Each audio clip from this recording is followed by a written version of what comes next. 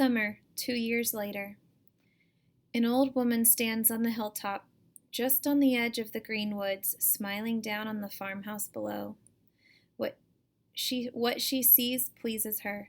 The house has a new roof and a fresh coat of pale blue paint. The junk in the yard is gone. The barn has been cleaned out and repaired. The woman who lives in the house uses it for a workroom. She's in there now, weaving a rug on a loom. The old woman hears the music she plays, folk songs, ballads with fiddles and dulcimers, tunes she's known all her life.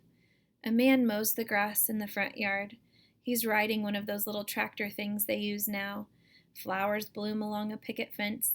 Daisies, black-eyed Susans, coneflowers, bright colors, bees swarming.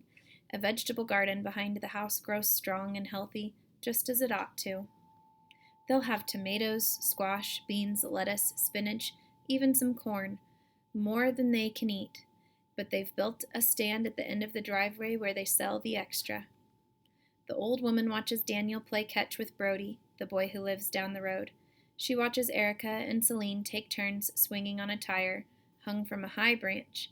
She hears them laugh, all four of them. She sees the woman come out of the barn and cross the yard, shooing chickens out of her way.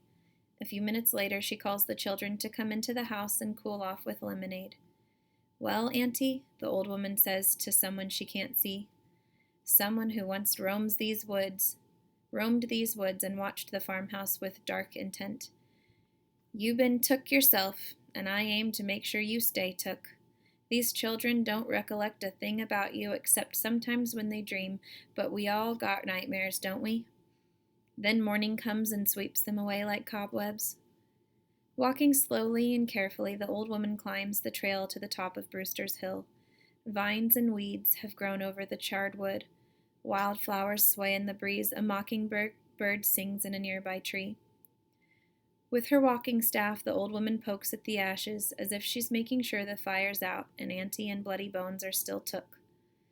She pays close attention to the stones piled up near what's left of the chimney. A tall clump of Queen Anne's lace almost hides the burial place. All is as it should be, calm, peaceful. The old woman sits down on the stone wall to rest. She watches a butterfly flit among the flowers. Bees hum in the wild clover. One of her cats has followed her, solid black except for a little white spot on its chest.